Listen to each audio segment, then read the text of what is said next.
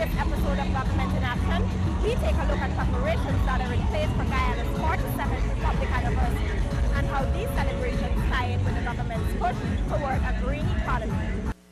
Commonly referred to as MASH, the term Mashramani refers to the festival that celebrates Guyana becoming a republic on February 23, 1970. The word is derived from an Amerindian language which translates to the celebration after hard work. The festival surrounding Mashramani has its roots in Mackenzie Linden, when members of the JC's international chapter, which led responsibility for promoting the development of Linden at the time, began planning a carnival to celebrate Guyana's independence in 1966. As Guyana geared toward Republican status, the coordinators in 1969 consulted several persons for a name for the carnival. But it was local resident Mr. Allen Fetkow who explained a type of festival, Mashramani, that was observed by the Amerindians after hard labor. The name was later adopted by the organizers. Mashramani was then made into a national event and was brought to Georgetown after consultations with the JCs. Today, Mashramani is a colorful celebration that involves a rich mix of culture and festivities. From calypso competitions, masquerade bands, and steel pan, Mashramani has become the largest festival in Guyana, culminating with a flag-raising ceremony at midnight and a float parade the following day.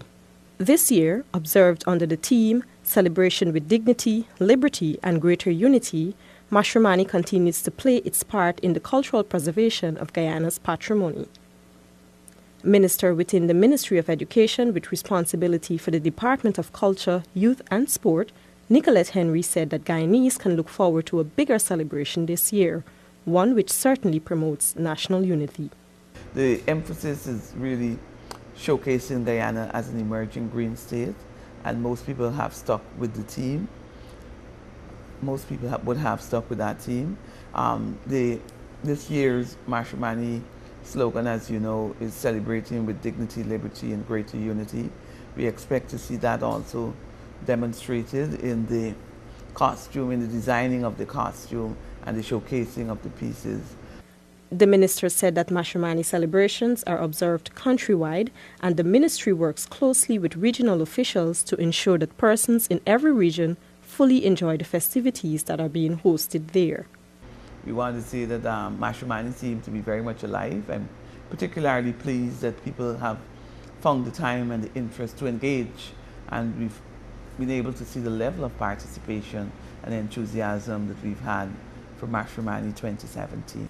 This year also, the revelers will be traversing a new route, moving from Bank of Guyana along Avenue of the Republic and up Brick Dam, culminating at the Durban Park. The route, which was first observed for the country's 50th anniversary last year, has caused concern to be raised by the public. But Minister Henry said that this is a decision that will continue to be looked at by the government. And I want to say I know that persons would have expressed concerns about the route. I want to point out that we continue to look at it.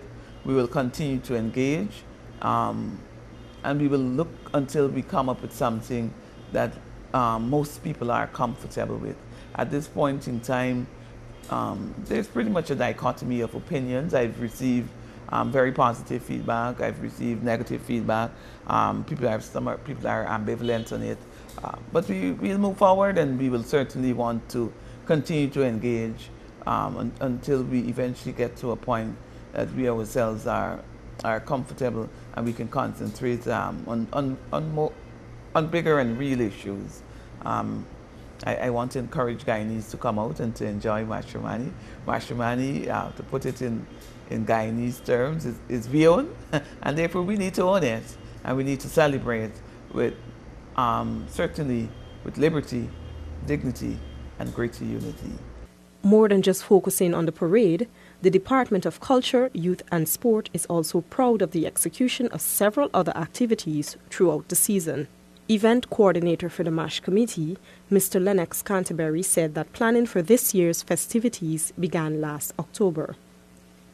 With conveners overseeing all the activities occurring around the country, this ensured the smooth execution of those that have passed, including a chutney competition, calypso competition, Indian dance competition, literary street fair, and many others. Among these, however, he said that it was the steel pan and calypso competitions that have seen record numbers this year and that these two events continue to grow in popularity. For the steel band, we had a record number of school bands participating, and I think that is why, because each school had its own followers and its own, parents and everybody were there.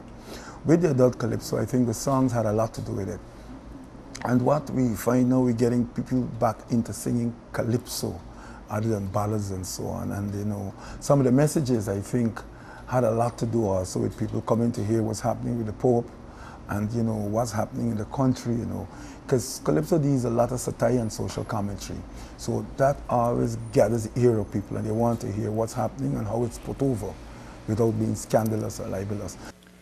But more importantly, he said that Mashramani continues to engage the young people, and this in turn helps them to have a deeper appreciation for their culture. So by virtue of the fact we have to make sure that the culture stays alive, we have got to put mechanisms in place to allow young people to become involved from a very tender age, appreciate the art form, and then they develop and become part and parcel of it. Not only that, but they can also train the youngsters. Additionally, he welcomed this year's theme, which he said augurs well for social cohesion in the country, which is a core focus of this administration. And for Mashramani, Mashramani is a festival that is ours. And we hope and we understand that people need to understand that they must partner and they have ownership for this festival. It's not about Ministry of Culture, Education and so. It's about Guyanese. This is a Guyanese festival. And everyone needs to claim a part, play a part, be a stakeholder in what we do. We will be the one to guide it, but everybody has a part. And I think once everybody played their part, definitely that in itself speaks of unity and cohesion. While social cohesion may be embedded in the theme, however, it is the Green State that is getting much attention from the bands. The Ministry of Education's own band, which was launched on Tuesday, bears the theme Guyana, an Emerging Green State. The float incorporates green energy and biodiversity aspects that all promote Guyana's emergence as a green state. Designer of the ministry's float and coordinator of the Burroughs School of Art, Ms. Valda Ramsamy, said that the symbols of the float tie in closely with President David Granger's focus on a green economy.